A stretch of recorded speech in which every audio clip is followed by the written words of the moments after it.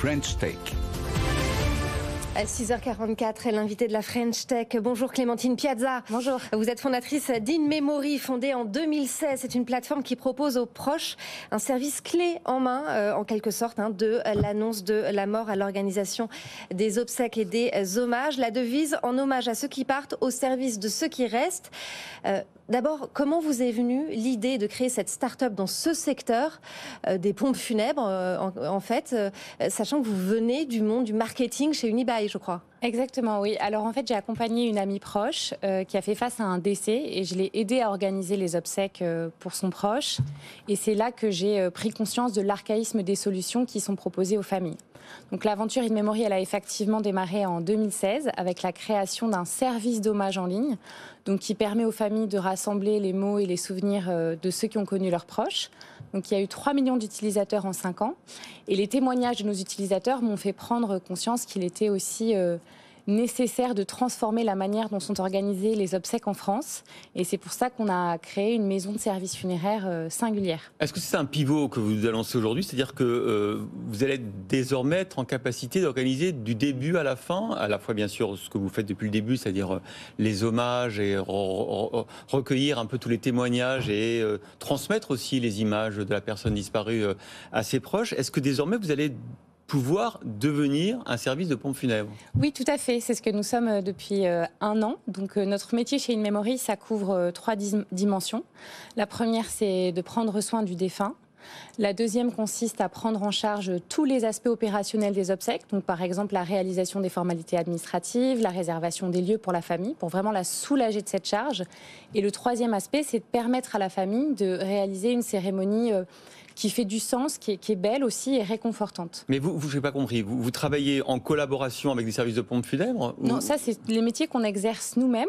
Ouais. On est pompe funèbre. Mais d'accord. Mais par exemple pour l'enterrement, pour le soin du corps, est-ce que vous faites appel à des prestataires externes ou est-ce que maintenant vous allez le faire? Non, on fait ces 3 métiers-là nous-mêmes. Ah oui, d'accord. En revanche, dans la manière de le faire, on le fait de manière différente des acteurs traditionnels. D'abord parce qu'on a un accompagnement dévoué pour les familles. Une preuve de cela, c'est que nos accompagnants sont disponibles tous les jours de la semaine pour les familles, en soirée, y compris le dimanche. Ensuite, on a une offre qui est à la fois simplifiée pour tout ce qui est essentiel. Par exemple, on propose 2 modèles de cercueils aux familles sélectionnées avec soin et non pas un catalogue pléthorique de 30 cercueils. C'est pour ça que vous dites que vous êtes moins cher. Alors, on est effectivement moins cher, on a des prix justes et raisonnables et sur les cercueils, pour reprendre cet exemple, on est 2 fois moins cher qu'ailleurs. Et le côté start-up, ça passe aussi par, une application mobile. C'est quoi la mise en relation avec les familles et le fait de choisir les différentes options? Par quoi ça passe? Alors, chez nous, ça passe par le bouche à oreille. C'est-à-dire que comment est-ce que les familles nous identifient? C'est à travers notamment les avis que les familles qu'on a pu accompagner déposent sur Google et qui traduisent à la fois l'humanité de nos équipes et aussi l'accessibilité de l'offre. Vous annoncez l'ouverture de maisons, effectivement, In Memory, dans des villes comme Bordeaux et Paris. Oui. Pourquoi, quand on vient du web, effectivement, qu'on s'est construit sur une plateforme, on éprouve le besoin de faire comme la vieille économie et d'aller ouvrir des magasins? Alors, pardon pour le mot, mais bien en sûr, dur, quoi. D'abord voilà. Parce qu'on a envie d'être là pour les familles, de les recevoir, d'être proche d'elles. Ça, c'est la première raison. Elle est fondamentale pour nous dans notre culture. Et puis aussi parce que c'est un moment où il faut évoquer beaucoup de sujets. On en a parlé. Il y a le soin, il y a toute la charge opérationnelle, il y a l'organisation de la cérémonie. Donc c'est quelque chose qui nécessite du temps. Mais vous n'allez pas vous banaliser par rapport aux services funéraires existants, justement, qui, eux, dès le départ, sont partis avec une présence physique? Exactement, et je pense que c'est quelque chose de juste. En revanche, nos maisons In Memory sont à l'inverse de ce qui est proposé habituellement, puisque habituellement, c'est des boutiques commerciales ouvertes sur la rue, assez sinistres. Nous, on a développé un nouveau lieu, et c'est là où on apporte de l'innovation. Ça s'appelle donc les maisons In Memory. C'est des lieux qui sont en étage pour préserver l'intimité des familles, qui sont apaisants, qui sont chaleureux. Il n'y a pas les codes du marché. Et on reçoit les familles dans ces lieux-là. Alors justement, vous développez votre réseau de maisons à Paris et Bordeaux dans un premier temps, peut-être ailleurs ensuite. Vous avez 2 actionnaires de référence, Eurazeo et BNP Paribas Cardiff. Vous avez 40 salariés, 2500 conseillers funéraires.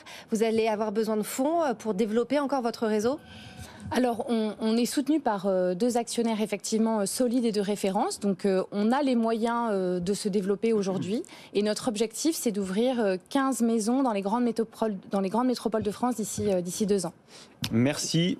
Oui, une dernière question. Non, c'était juste. Je vous brûle les lèvres. Mais oui, ça. non, mais c'est parce que juste le contraste entre le côté start-up et le côté presque sacré des funérailles. Comment est-ce que ça se fait le fait que les familles, quand elles viennent vous voir, elles se disent pas je vais faire appel à une start-up pour organiser mes funérailles. Il n'y a pas Alors vous savez, depuis 5 ans, on a accompagné 3 millions de personnes endeuillées. Donc on est start-up dans l'agilité d'esprit. Mais on connaît très bien ce moment de la perte du proche. Et on est une vraie référence sur cet accompagnement. Et ça se traduit dans les avis Google. Les familles, elles en parlent. Et finalement, c'est très rassurant d'aller chez nous.